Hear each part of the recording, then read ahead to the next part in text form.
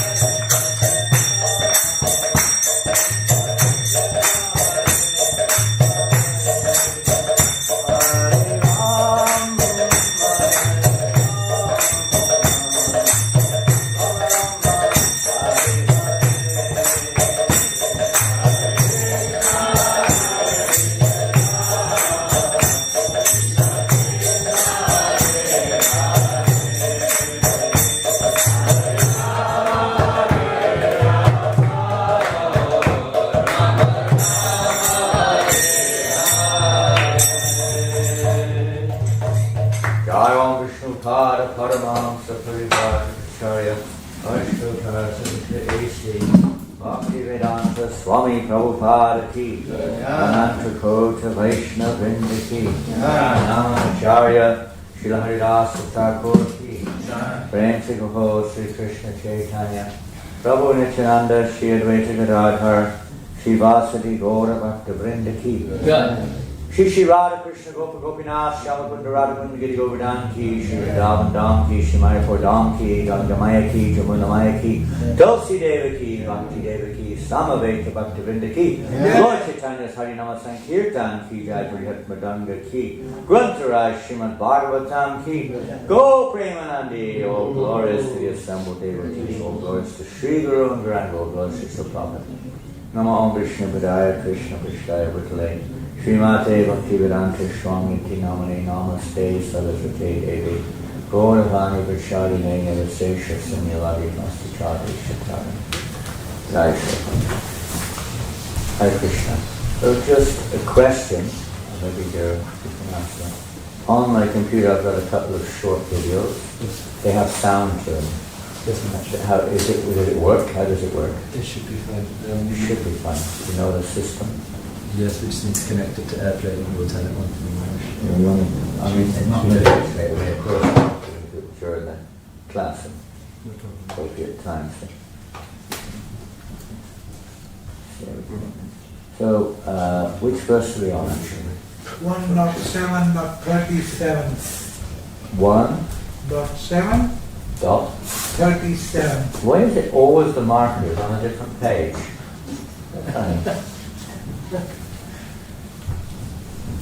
Number 37. I think there was an updated one here. Pardon? Yeah, 41 to 42. It was updated because Mahavishnu Swami did a lecture on Monday. So we pushed one forward. So which one are we on? 41 to 42. 41. He did 40, did he? Or you did several verses? We did 36. Today's verse is 41. 41. Okay, so Om Namo Bhagavate Vasudevaya. Om Namo Bhagavate Vasudevaya. Om Namo Bhagavate Vasudevaya. Om Namo Bhagavate Vasudevaya. Om Namo Bhagavate Vasudevaya. Om Namo Bhagavate Vasudevaya. I gave class on Monday. Do you get that? I gave class on Monday. On Monday. Yeah. You gave Nishina Kabbalah gave Yeah, on Tuesday. And it's 41 to 42. What verse did I lecture on then? You might have done this one. I lectured on 35 on Monday. Which is 35 on Monday. Yeah. But he should have done 36 yesterday. Yes, and 37 is today. Should be 37. Should be. Yeah. Certainly, Maharaj should definitely, Maharaj did not be a proper time class Monday, that's for sure. He actually miracle. 37. Svapranam Yaha Parapranai Prapushnati Agraniha Kalaha Tadvadas Tasya Hi Shreyo Yadoshad Yati Adaha Kuman. Is it on the board? Is that here? Is it coming? Yes, Just now coming. Svapranam yakpara pranai Prapushnatya grina kalaha Tadvadas tasya hi shreyo Yadoshad yadak puman. So, I'll say a different meter. Saprananyak parak pranay Papushnacha grinak kalaha Tadvadastasya hi shreyo Yadoshadyatyadak puman Saprananyak para prana Prapushnacha grinak kalaha Tadvadastasya hi shreyo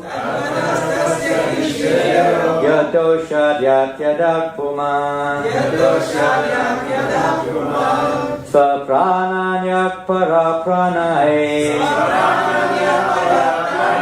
Prapushnacha grinak kalaha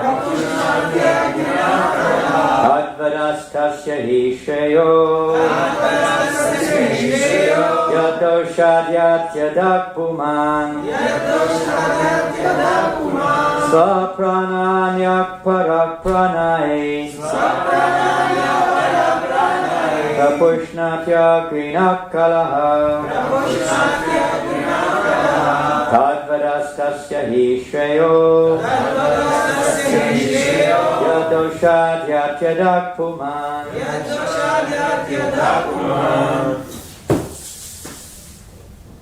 Anyone would like to chant?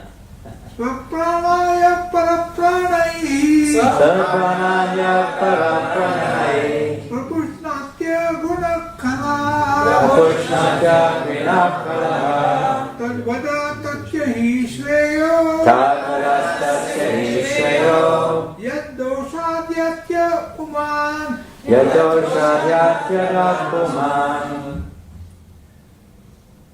Saprananya parapranay Saprananya parapranay Pushnatya grinakala Prapushnacha grinakala Tadvadastasya hi shreyo Tadvadastasya hi shreyo Yadoshadyatyadak puman Yadoshadyatyadak puman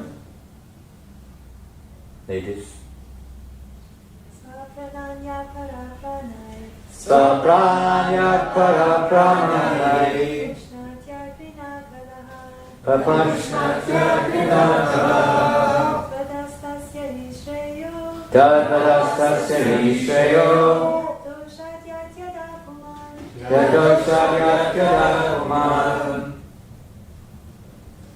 Sapranan One's own life Yaha One who Parapranai at the cost of others' lives Prapushnati maintains properly Agrinaha shameless Kalaha wretched Tadvadaha killing of him Tasya his he certainly Shreyaha well-being Yat by which Doshat by the fault Yati goes Adaha downwards Puman a person. Translation and purport by Srila Prabhupada. Before we start, does everybody understand English? We do? English, everybody on the ladies' side? Yes. Okay. Is anyone here for the first time? First time. What is your good name? Abraham. Abraham, what a wonderful name. Abraham. Where are you from, Abraham? Germany. From Germany. Very nice. Thank you. Are you living in London? Living in London. Yeah. Wonderful. Thank you for coming. This morning, how did you get to come here? Did meet somebody or what? I've done the last time on the street and Naheem as well, right? Nayan. Nine. Pardon? Nayan? Yeah. Oh, you met Nayan on the street? Yeah. That's not unusual. There's a lot on the street, a lot. Nayan. Wonderful. Okay, that's nice. Thank you for coming. I hope you have a nice stay. I hope you wish to come again. Anyone else coming for the first time, second time? We hope no one's coming for the last time.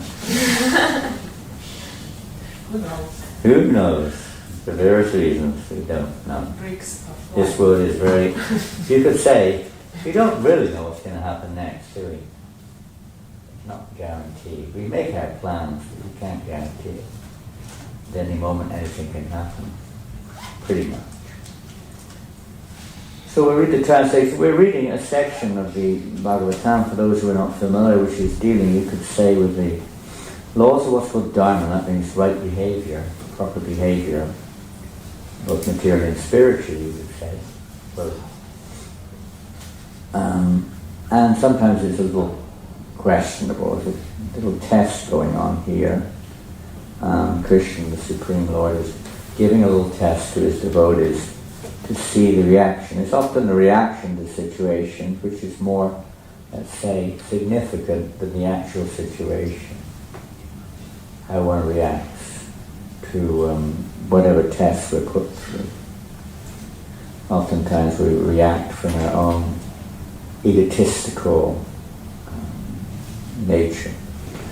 A cruel and wretched person who maintains his existence at the cost of others' lives deserves to be killed for his own well-being. Otherwise, he will go down by his own actions. Maintaining his existence at the cost of others. Purport by Srila Prabhupada. And it's a fairly long purport. Please try to be attentive. A life for a life is just, not just. Just. Is there a slight difference in it? Like, just has a longer U, isn't it? Just is kind of stronger, isn't it? Yes. Justice is related to justice. Is just punishment. It's not just punishment. Just. Rightful punishment. Is that right? Yes, Maharaj. Okay. Very English checkered here. Just punishment for a person who cruelly and shamelessly lives at the cost of another's life. I'm sure many of you are thinking beyond this purport right now about the situation of the world which we're in. Can you hear me? I'm not sure this microphone is yes, we can kind hear of... You can, okay. Sorry? Pardon? I didn't know what you said. Huh? Pardon? Can you hear me? Can we really hear? That's the question, isn't it? How much do we really hear? Maybe it goes sort of in the, what's this thing called? Snake hole. Snake holes. I want to hear. How much we really hear and digest is another thing. It's like eating, but if you don't digest it, you haven't really eaten. You know, sometimes it's better not to eat. You get sick if you don't properly digest something. Hearing, you have to hear properly, as much as we can, attentively at least we try to do. Political morality is to punish a person by a death sentence. And that's not, generally speaking, the modern policy. And maybe in some places it's still there. I know some states in the United States are still have a death penalty, I believe. But it's becoming less and less the norm. Obviously some countries still have it, but it's not as it was. Now you may say that, well that's good, that's not nice that people are punished to death for some, whatever reason, they killed somebody else. But here we find out another angle of perspective. By a death sentence, in order, why? What does it do? When somebody commits a crime, even by modern standards, theft, murder, rape, unless, child molestation, or whatever is considered a crime, not something like speeding or whatever, but something serious, which really causes harm to others. Why like this seems to be, what they call it, corporal punishment, capital punishment? Capital. Capital? Death penalty or capital punishment. So it's not very popular now. So what's the philosophy here? Why is Prabhupada mentioning this? They should. But it says even political morality. It's not just a policy, it's morality. It doesn't sound in many people's minds, maybe some, but not in, it seems like the popular mood now is it's not the right thing to do anyway. Why? What's the other side of it? Battery?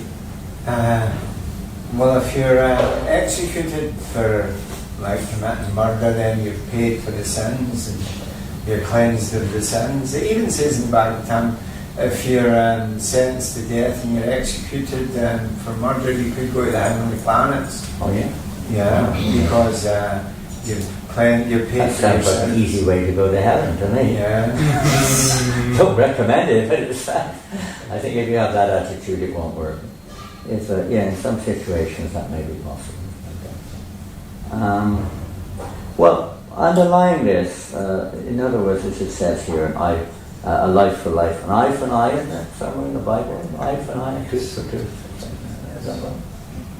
Do unto others as you have done unto yourself. Different indications are there that there's more to it than just what we think or what we feel about the situation.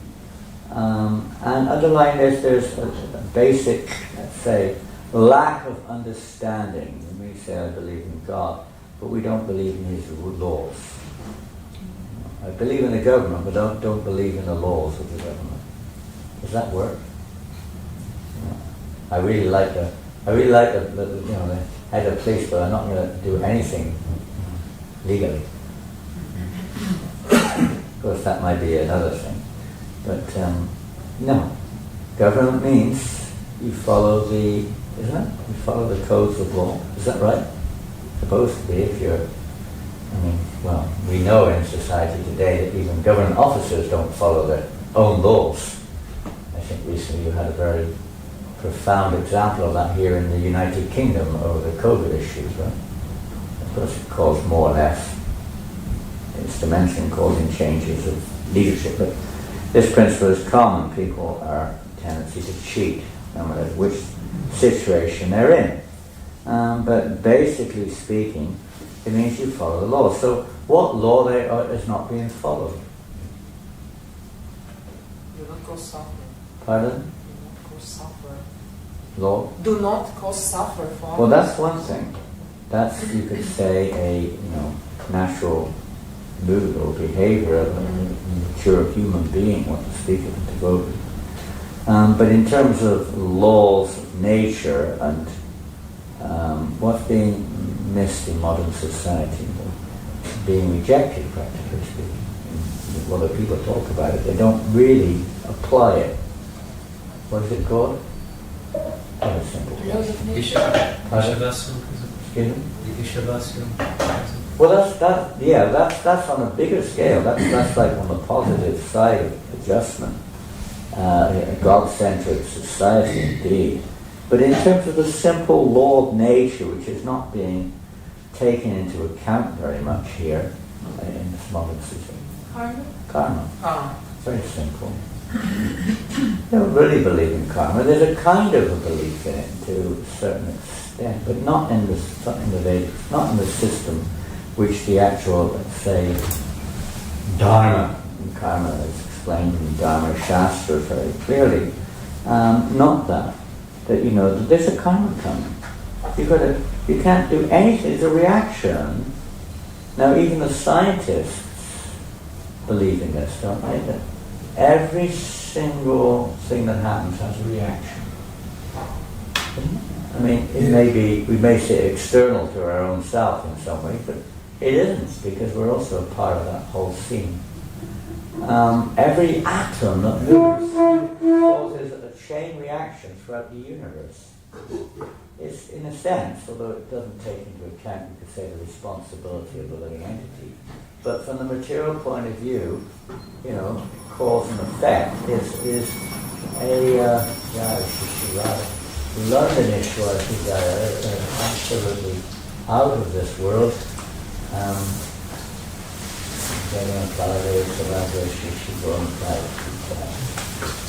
It's a beautiful and The colours are perfect. I mean, maybe everyone's got a different perspective there, but it's such a beautiful combination, compatible. So I remember 1972, they used to send me down to the market to get flowers. In those days, the flower market was much closer. It was fruit market. Everything was down where Covent Garden is, in that area now, which is a bit of an what do you call it? A little bit kind of touristic, isn't it? It was then the fruit and vegetable market. We used to get flowers down there too at one time. We would walk down there every morning from Bury Place and just meditating. It's such a wonderful, wonderful part of devotional service. You get told what colour the dresses are before you go down, and you're meditating on deity's dress and trying to get compatible flowers according to their dress, and such anticipation when the curtains open to see how it looks, It's a great meditation, this daily worship, both meditating what is pleasing to the deity. That's on the other side of this subject, completely opposite end of this subject, you could say. The spiritual side is so beautiful. The arranged everything, the flowers, everything, just so nice.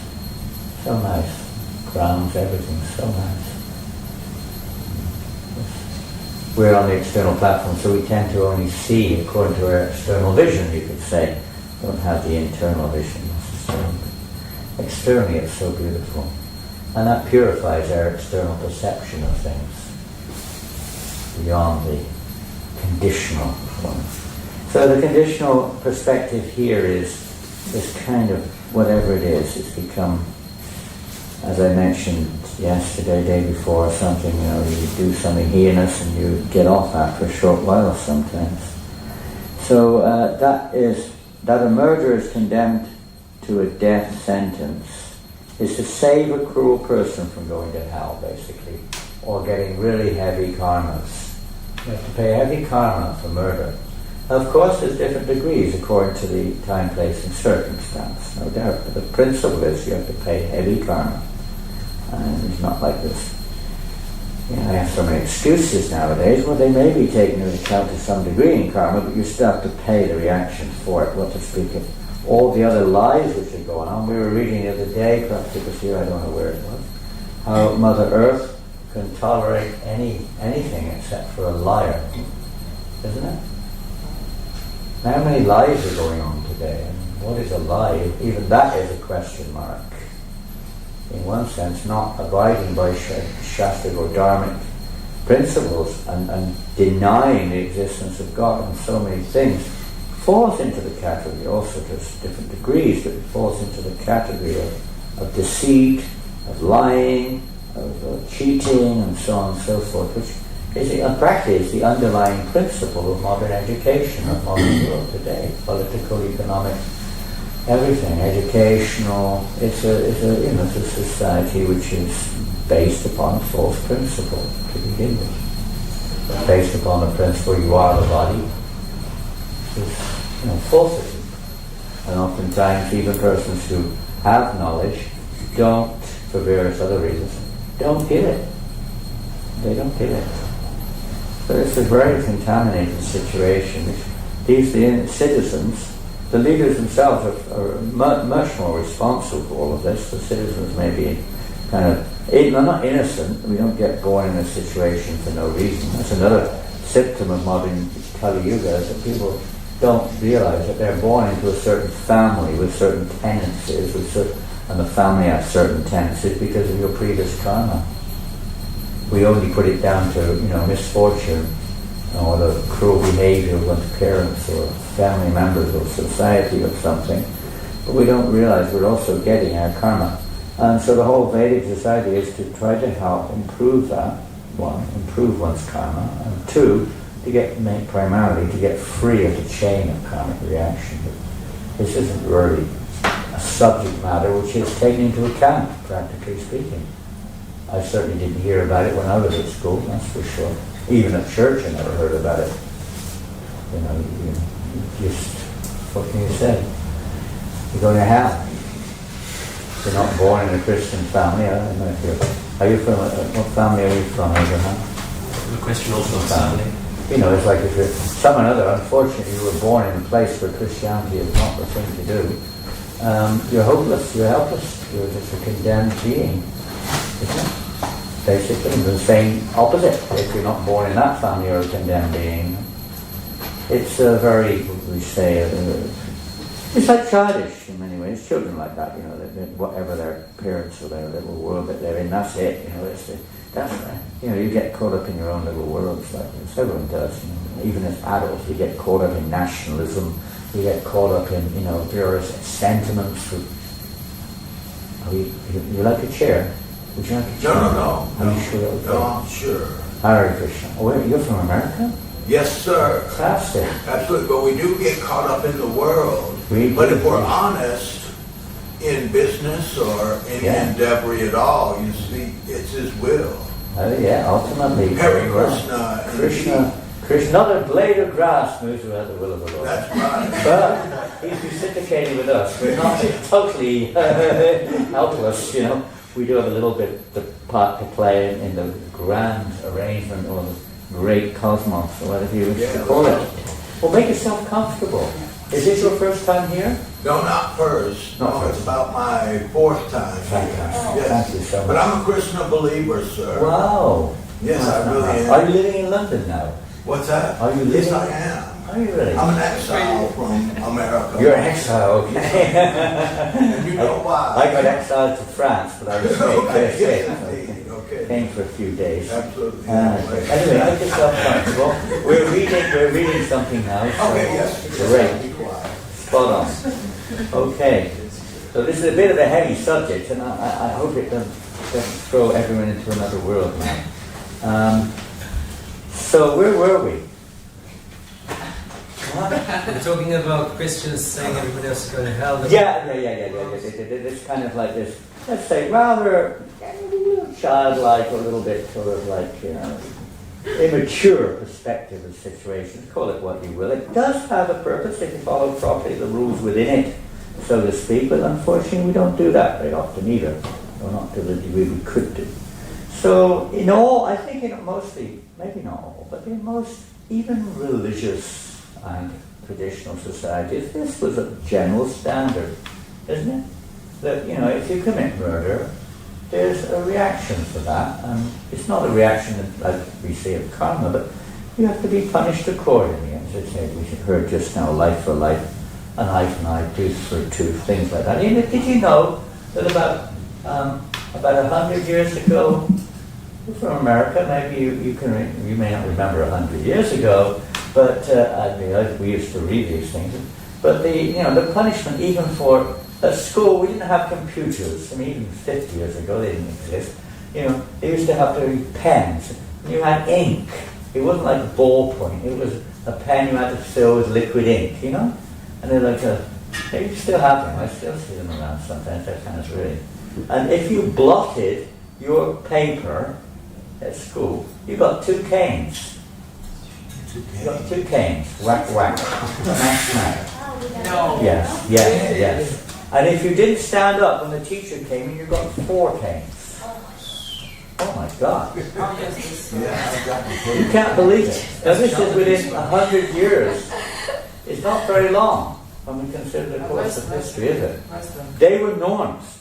Now my father told me, when I was at school, that was not quite like that, but caning was a normal thing. If you spoke up during class, whack.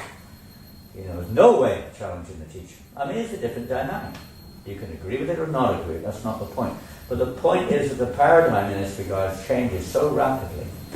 And we're only used to a little time frame here, which we accept as, right or wrong, whatever we do. My father used to tell me that he was so scared of doing something wrong at school, not because of the teacher, but because of his father. If his father found out, this is going back to the 1920s, 1930s, essentially that a little less than 100. If his father found out that he misbehaved at school, the first thing he would do was find out from the teacher, how many whacks did you get in? Okay, double. Double now. Bend over, you little rascal. Double the whack. You can't imagine that nowadays, can you? Can you? Not in England, anyway. You get taken to prison. You'd be headlines of the newspaper. If you want to become headlines in the newspaper, that's one way of doing it. Yeah, it's unheard of nowadays. So it's not. I'm not saying one's right or wrong, but what I'm saying is that things change. And is it based upon? What's it based upon? I don't know what it's based upon. It's based upon different principles. I mean, it should be based upon the Vedic directive. Why? Because the whole purpose of human life is not just to live a comfortable life. It's not just try to arrange them according to what I perceive as morality, but to get free of this bodily conception of life altogether. There's no question of one who has spiritual realization acting in any other way as for the welfare of others. They're only thinking of that. We're not thinking of just the welfare of the body. That definitely comes in. But it's not the primary aspect. It's to release the soul from karma. Release the soul forevermore from a world where we act in such a way that we cause our own suffering and the sufferings of others. And we don't know this principle. There's no education hardly in this direction. It's all based upon the present situation, more or less. Which changes considerably. You know, the will. We don't have to even think, you don't have to go very far. It's changing rapidly in this very lifetime. Different perspectives of different things. Maybe maturing in one way, but they're missing the point in most ways of what the purpose of human life is.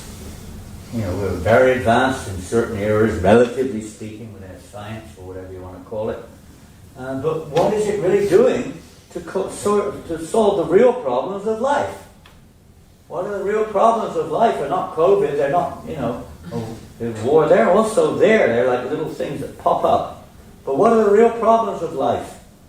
But old age of disease. Well, that's a realistic, simple analysis of the fact that everyone is subject to these four. We don't necessarily see them as problems. When you're stuck in a situation, you have no other experience, you don't even recognize anything outside that situation as being anything more than normal. But it's a fact. For the living entity, for the soul, birth, death, disease, and old age are not at all compatible. Does anyone like to die? People do, because they're suffering so much. The pain of death. Yeah. The pain of death is sorrowful. But Maybe. yet life everlasting. I can't remember it. Yeah. But that remains to be seen. You only see the external. You don't know what's going on inside. It's not something you can necessarily. Some people may have an experience of that, but most people don't. They can't remember. They can't see it. Oh, he passed away peacefully. You don't know if he passed away peacefully. What's going on inside is what counts, not how the body does.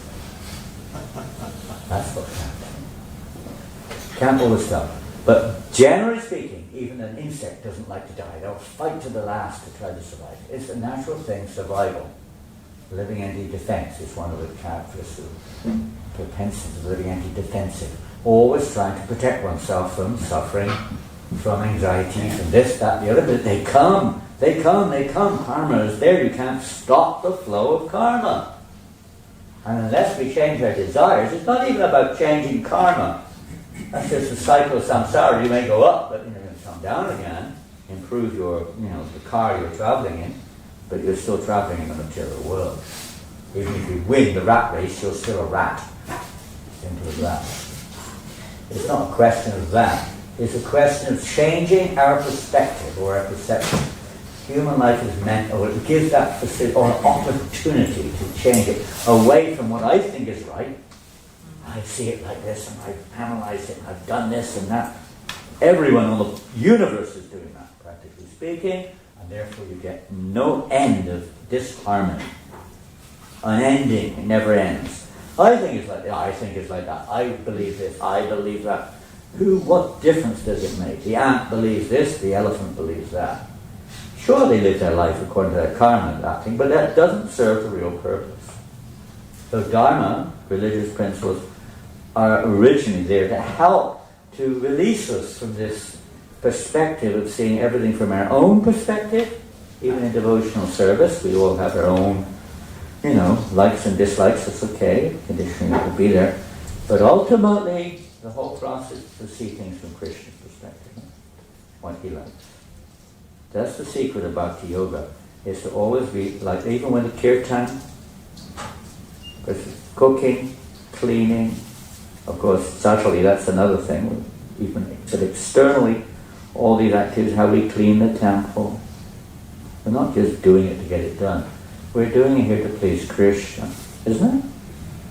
Is that right? Yes or no? Plus minus. Should be. It may not be, but it should be. Maybe to please ourselves sometimes. Or a mixture, or whatever. We may not even think about it. But it's to please Krishna. That way, the living entity, you'd be surprised.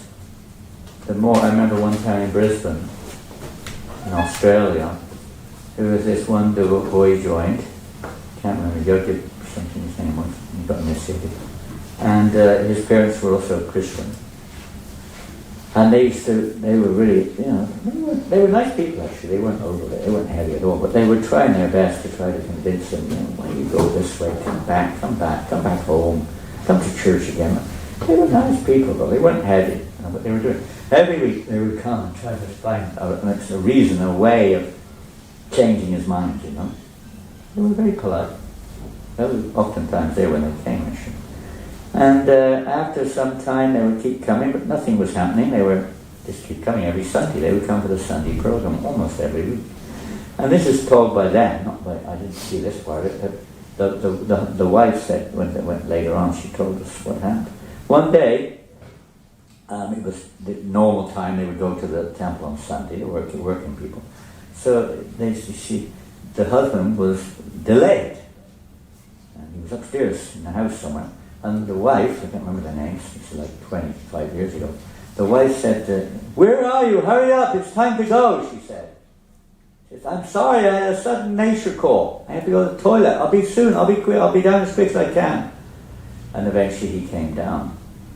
And she said, "I don't know what's happening. I'm actually not going to the temple now to talk to our son. I like going to the temple. I want to go." And he said, "I'm starting to feel the same way." So their whole mood was changing, their perspective was changing like that.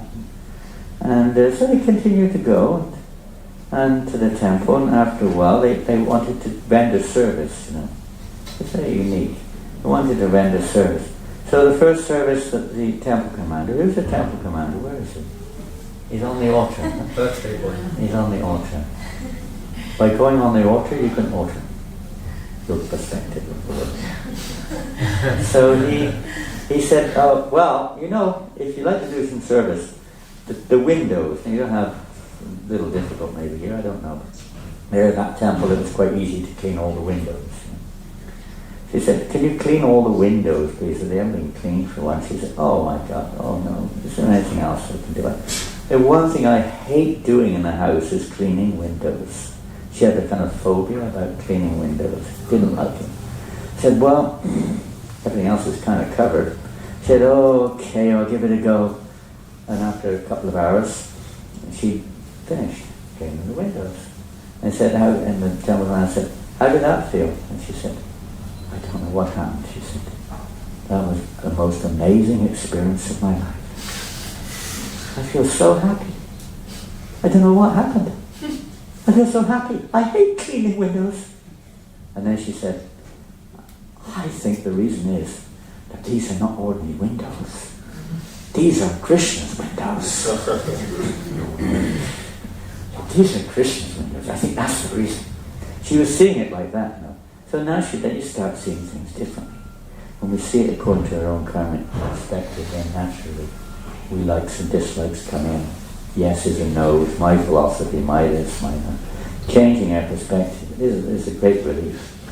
It's not just a great relief from day-to-day situations of anxiety, stress, disharmony, or whatever it may be, but it's the beginning of a relief from the cycle of birth and death, old age, disease, birth, and the threefold miseries therein, which go on, even if you follow Dharma and everything, without the highest point will understand the purpose behind Dharma to Shakshat Bhagavat Pranidham. But the goal of Dharma, or the origin of Dharma, is devotional service to the Supreme Personality of Godhead. Without coming to that point, it remains within the cycle of karma. And from the topmost planet, What does Krishna say in Bhagavad Gita? Abrahma Bhuvanalo Kapanara Vatinojina. What's that verse? English, what's the translation? From highest planet down to the lowest, or repeat the cycle of birth and death? Repeated birth and death go on. Suffering is there even to the topmost planet of the universe. Repeated birth and death goes lingering. And anxiety, fear. Fear is one of the everywhere in the universe. Fear, the fear may be more or less experienced, but fear is an unavoidable experience. It will be less or more, and it comes and goes, you could say. But it's always there lurking. You can't. It's a part of the characteristic of being in the material world is fear of something or other, whatever it may be, some kind of fear manifested in various ways. And another characteristic here, unfortunately, in the material world, there is a tendency to cause harm to others. So I'm just going to finish the purpose, and we're going to show 2 little videos. Such a death sentence for the murderer is the lowest possible punishment offered to him. The lowest. Not the highest, the lowest. Is actually, in material speaking, is actually for the benefit of that person. And it is said in the Smriti Shastras, written scriptures, those which are like in law, you have your law books, then you have your case books. You have your basic law, then you have books which, various situations are taken into account according to time and circumstance, different evidences and so on are brought in. So the Smritis are like that, a living example of the original Shrutis or the original Vedas. That in the Smriti Shastra, that men who are punished by the king on the principle of a life for a life are purified of all their sins. So much so that they may be eligible, and this is exactly what you said, that they may be eligible to be promoted to the planets of heaven. According to Manu, again, depending on their attitude, if they're still feeling I'm going to get my own back, I hate this, then that's another thing. But if they're feeling repentant, I deserve what I'm getting, I did a heinous activity, they can be eligible to elevation because the heart is changing and they're getting the appropriate atonement. According to Manu, Manu as the giver of the law, the manner, what do you call it? The various laws of man. Manu Samhita, the laws for mankind come from him. Mannerisms? Mannerism is you could say, coming down to our present day, but it's basically the codes for human beings, at least the codes of behavior which are favourable for human beings. The great author of civic codes and religious principles, even the killer of an animal is to be considered a murderer, because animal food is never meant for the civilized man. This is a topic in itself. We see in modern day society that for our own, in some cases, it's required. So there are different levels of human beings. It's the civilized. Those who don't need to resort to animal food, it's not recommended. And to kill an animal is a manifestation of envy, because the animal has something which I don't have, and I want to eat it. So there's a punishment for that. There's a punishment for everything. There's a reaction for everything. There's a reaction for eating a potato, but it's not the same. It's much less. And there's a way of doing it so that you become, let's say, free from the reaction. That is another subject again. He says, it's not meant for civilized man whose prime duty is to prepare himself for going back to Godhead. He says, Manu says, that in the act of killing an animal there is a regular conspiracy by the party of sinners, and all of them are liable to be punished as murderers, exactly like a party of conspirators who kill a human being combinedly. There's a whole chain there. It's based on so many factors. There's so much economic factors, political factors, besides our own, desire to eat the meat or whatever it may be. There's a whole chain there going on. People nowadays, there's a little bit more enlightenment in that regard. Many people are seeing it from a slightly different angle. It's not spiritual, but at least material, slightly different angle. And there's a lot of people nowadays feeling this is not right. but it's still not understanding in its spiritual perspective, spiritual. It's still something, isn't it? He who gives permission, these are the persons implicated in unnecessary animal killing. He who gives permission, he who kills the animal, he who sells the slaughtered animal, he who cooks the animal, he who administers distribution of the foodstuff, and at last he who eats such cooked animal food are all in the category of murderers. And all of them are liable to be punished by the laws of nature. Pretty heavy. Is that physically or spiritually, sir, or both? Well, spiritually we're already, you could say, covered over. Our spiritual awareness is very shallow, if at all, of our actual spiritual life. So this is referring to the, you could say, the physical journey. There's a reaction for that in the physical sense that one has to experience. It's just like abortion, any of these activities. There's a reaction. You have to experience that in your future life or in this lifetime. No, in the physical sense. No one can create a living being despite all advancement of material science, and therefore no one has the right to kill a living being by one's independent whims. For the animal eaters, the scriptures have sanctioned restricted animal sacrifices only. There is, of course, time and circumstances, and people may be living in a situation where there's nothing else available. So there are different times, places, and circumstances. So the laws of, say, the directions of the Smriti Shastras, or the directions of codes of actual religion, not what we have today, but religion in its real sense is meant to elevate the living entity to the spiritual platform. Guidelines in this life, in the human form of life, and known as Varna Ashram, traditionally, Varna Ashram principles, to elevate the living entity to a more and more enlightened state of consciousness. But unfortunately they don't very often do that today. We enhance or increase the bodily concept of life. I am a Brahmana, I am a leader, I am a this, I am a that. That is not the purpose. That may be the situation due to our karma that we're in, and we learn how to act according to that situation to get free of that false bodily identification and to act in such a way to benefit others. We can't give up. There's no way that we can live in this world without causing some kind of, let's say, discomfort to others. Just by breathing, many germs and other tiny insects and creatures are no doubt put into this difficult situation or painful situations. We walk, we crush things. We eat vegetables, we eat grains, we eat so many other things when we eat. But a human being is trying to do it in a way which is according to the guidelines.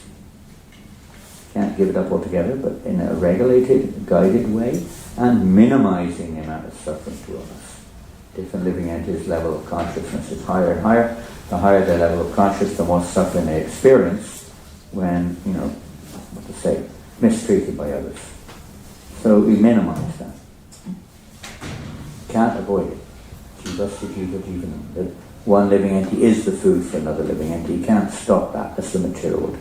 But it's done in such a way that gradually one becomes more and more, let's say, acting for the welfare of others. Real welfare, not just the physical welfare of a few human beings or a few animals, or the environment, but for the entire benefit of everything. And by connecting everything to its source. This is the Ishavashram society, Ishavashram Idam Sabam Yatkincha Jigatcha Jigat. Creating an environment, and it's Prabhupada's desire to do this. An environment which is favorable for everyone. And it won't be the same for everyone.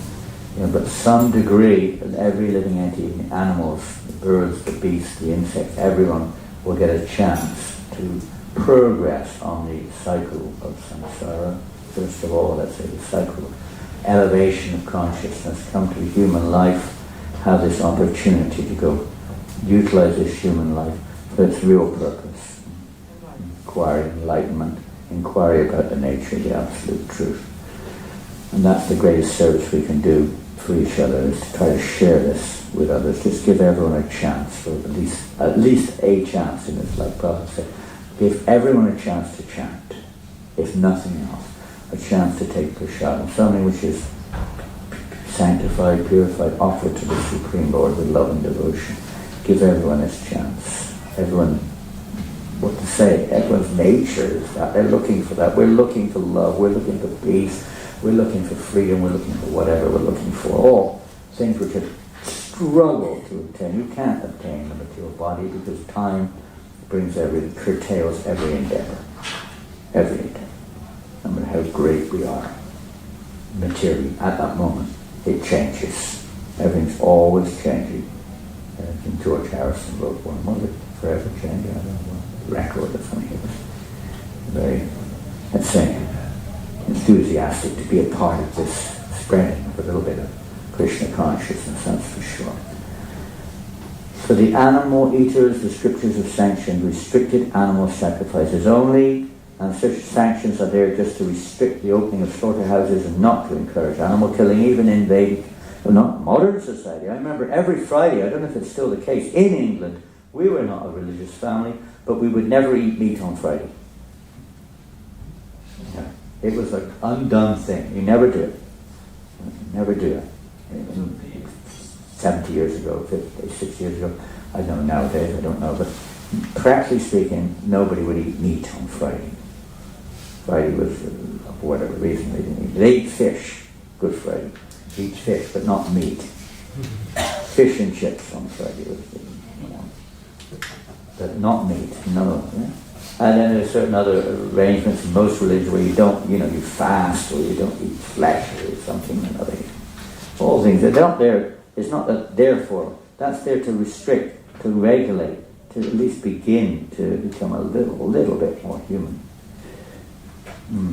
The procedure under which animal sacrifice is allowed in the scriptures is good both for the animal sacrifice and the animal eaters. It gradually elevates us, if we follow the scriptural one, not just a whimsical one.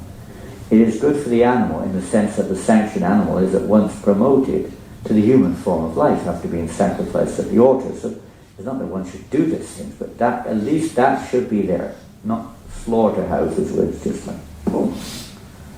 A systematic program from birth that the animal is born to die like this. They're brought up like this. Chickens, and so many things. As we mentioned the other day, statistically, 8 billion living entities are daily murdered or killed for human consumption. 8 billion, mostly fish. And half the fish are just thrown back in the water dead. It's, you could say, not a very merciful situation. It's good for the animal killer and human. And the animal eater is saved from the grosser types of sins. Eating meat supplied by organized slaughterhouses, which are ghastly places for breeding all kinds of material affections to society, country, and the people in general. I have a personal experience, and some of you may not have. But when I was young, a teenager, we happened to live in a town. Nearby was a slaughterhouse, and one of our jobs during the holidays was to work in the slaughterhouse. So we had personal experiences of that, which I'm not going to get into in front of Davies. I couldn't work there for long because all my hands went septic. They all went completely septic after about a month. Without any knowledge, I had to give up that job anyway. There were different departments were there, of course, it wasn't in that one. It's all the same as we read here. In the same boat. And so I didn't do anything. I just cooked it, or I just spoke it, or I just tacked it. It's all in the same bracket. As Prabhupada says here, conspiracy to murder. Eating meat supplied by organized slaughterhouses. The material world is itself a place always full of anxiety, and by encouraging animal slaughter, the whole atmosphere becomes polluted more and more by war, pestilence, famine, and many other unwanted calamities. We don't realize it. As long as meat eating is going on, wars will never stop. Not that they'll stop anyway, but they certainly won't stop as long as this unnecessary killing of other living entities continues. So, it's the end of the purport. I'd like, before we go on, I don't know if it's possible, is there going to be sound accompanying this if we put it on? You can see those two movies or not? They're only 1 minute long each, I think. I just want to show you encouraging, and some of you have seen before, at least one of them. I can't remember what the other one. Oh, the other one. There's a new one, just yesterday only. Far. Which one is? Can you see? Can you show me? Oh. Which one do you have there? Okay. So this one. This one is in the metro. You can see the central line. It's maybe, I can't remember, was it Tottenham Court Road or Oxford? Sure, it was one or the other. One or the other. And we were rushing on our way for a meeting somebody, and we happened to walk down the tube, as you call it here, through the tunnel. And at the end was this young man on the left, who was a busker, and he was singing something or other. As soon as he saw us from about 50 meters away, he began singing a different song. So take it away. So this was about 3 months ago when we were in London. We had an amazing day. Everywhere we went that day, people were asking what we're doing, and about 6 or 8 people took books just because we were walking like this, and in shops, on the street. It was one of those days, and just before we left London, we were in the tube going to the somewhere to catch another bit. And we met this young man, and one of the biggest mistakes I made on that journey was I did not take the time to get his contact and find out more about him. We exchanged a few words, and life went on its own way. But Krishna hopefully will guide him in his heart. So I don't know if anyone knows him, or if you've ever seen him here. I've got no idea how he did what he did, but he did something quite amazing. Let's hear it.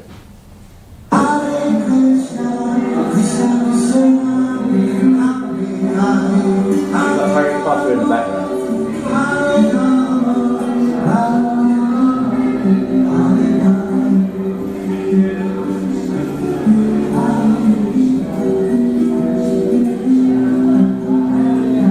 Put the sound up with it.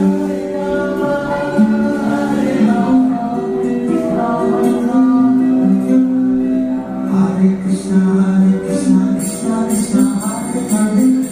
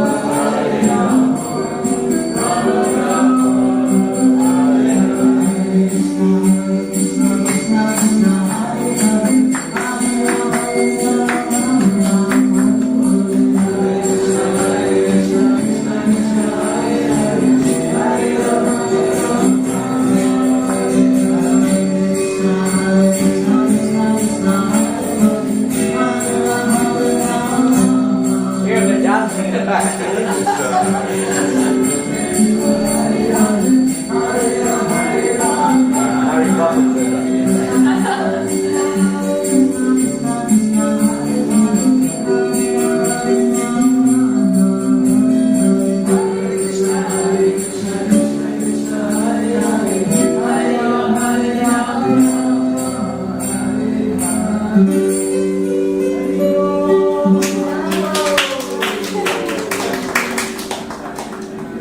Magic moments. Yeah. I don't know if anyone's ever seen him again. You know him? Anyone know him? If we will bring you. Huh? If you will see him. I mean, if you see him, try to follow up on it. I don't know. He must be busking somewhere. I don't know what he does. Nationwide campaign. Huh? Nationwide campaign is. Yeah, well, he's been all over the world. I think he went on tens of hundreds of thousands of people have watched this now. Singer. Yeah, it's somewhere or another. It's amazing. And as a result, you don't always see the spreading of Krishna consciousness on the surface. Now let's have a look at the other one. The other one is in one sense even more amazing. Don't put it on yet, I'll just tell the history. You don't have it here perhaps, but in New Mayapur, the manor a little bit, and in other temples around the world, we have what's called woofers. You heard of woofers? Yes. They're not necessarily, that's just a terminology which describes the overall thing, where you get volunteers, mostly young people traveling around the world. They volunteer to work on, it literally means willing workers on organic farms. That's basically what it means. But there's all kinds of other names for it. But anyway, it's young people who like to go around different places and work on farms, generally organic farms or eco farms, etc. So we get quite a few of them in Mayapur, sometimes up to 30 at any one time, of these young people there in Mayapur in France. Last year, I think about this time, maybe a little bit later in the year, one young man stayed with us for about a month, wasn't it, Chicken? And his name was hard to pronounce. It's like N-G-A-I-H, if you can pronounce that. Ngai, I don't know how you pronounce that. Idia. Yeah, maybe you've heard that name. It's a Vietnamese name. He was from Vietnam. And he was quite interested. I mean, I don't know. I met him, talked to him quite a few times when he was there. I was in and out. What he did was extraordinary. After he left Mayapur, he went back to his home country, Vietnam, and this is what he's doing in Vietnam.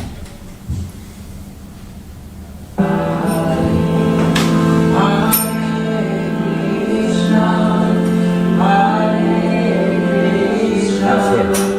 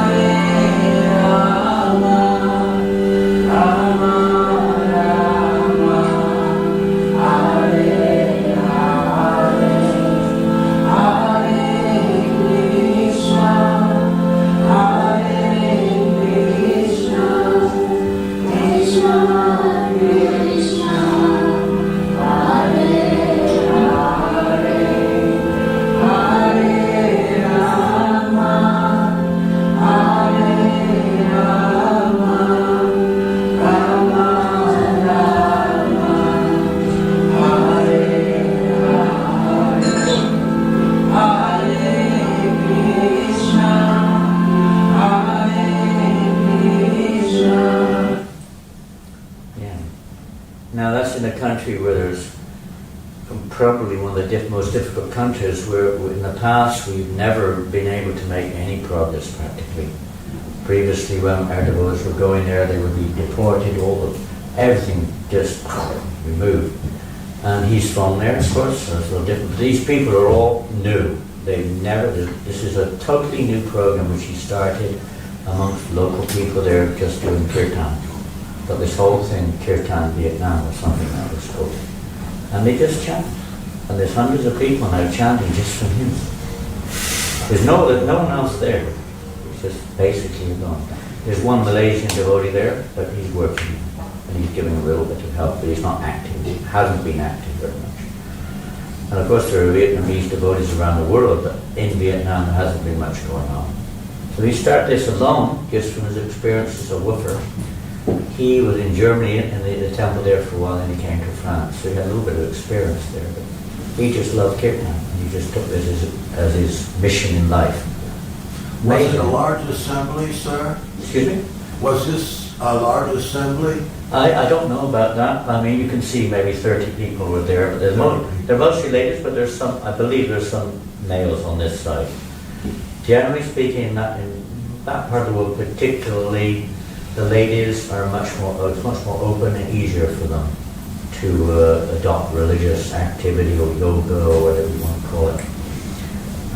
So whatever it is, they're all spirit souls. We're not men or women. So, but I think a lot of children were there too. I don't know the history. I just wrote to him yesterday to ask more about how it's going.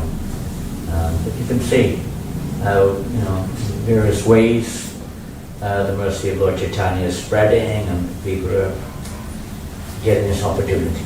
Jai Shri Prabhupada ki jai. Jai. Harinam Sankirtan ki jai. Jai. You never know when the people who come to the temple where it goes from there and they go to Iceland or some other part of the world, the Antarctic or something, and start preaching in Antarctic. So the devotees went there a few years ago and they did actually do kirtan. And on the ice in Antarctic, and many penguins were there listening.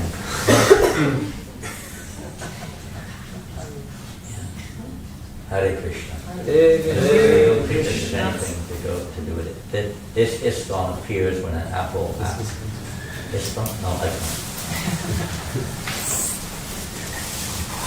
Prabhupada ki jai. Glorious Jananda Swami Maharaj ki jai.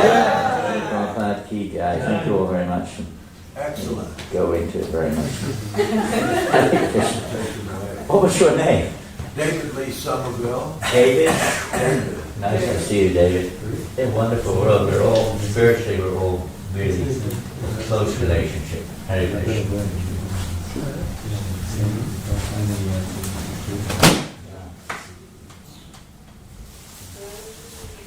You ever went to Vietnam? You went to Vietnam? Yeah, I have a friend who stayed there.